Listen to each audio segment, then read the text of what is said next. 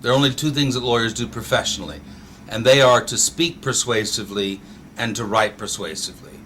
That really exhausts the whole gamut of skills that lawyers engage in. Words are our only tools.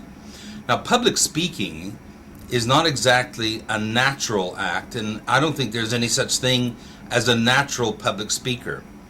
You have to do it a lot. It just takes a lot of practice. It's like any other skill.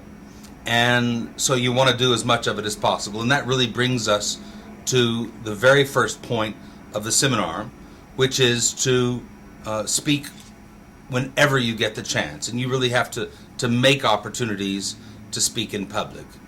And that means that if you're, for example, at a family reunion and various family members are getting up and talking and really embarrassing themselves, well, they should be embarrassed. They're probably not. But you, as the lawyer in the family, are the one person who must speak. You must take every opportunity to speak in public.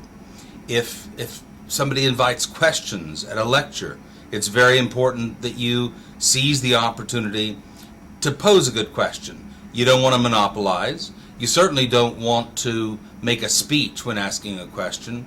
Just this week I was at a meeting involving hundreds of lawyers in which various lawyers got to pose questions to Justice Bryan.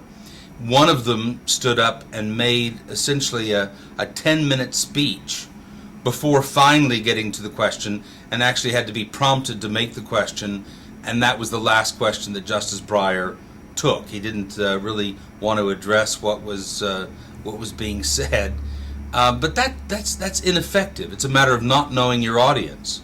You need to know people. You need to know what moves people, and seize the opportunity, but speak pertinently and speak helpfully.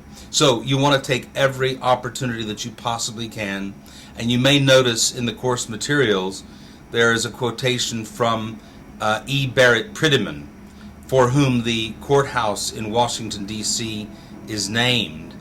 And this is age-old advice. You must take every opportunity to speak in public. I would also, if I were you, recommend that you try to get involved in a Toastmasters group if there's one in your area. It gives you a great opportunity to speak extemporaneously on any range of topics, and that is something that a lawyer ought to be very good at. At the risk of boring everyone, I was sworn in as a member of the Missouri Bar on September 14, 1974.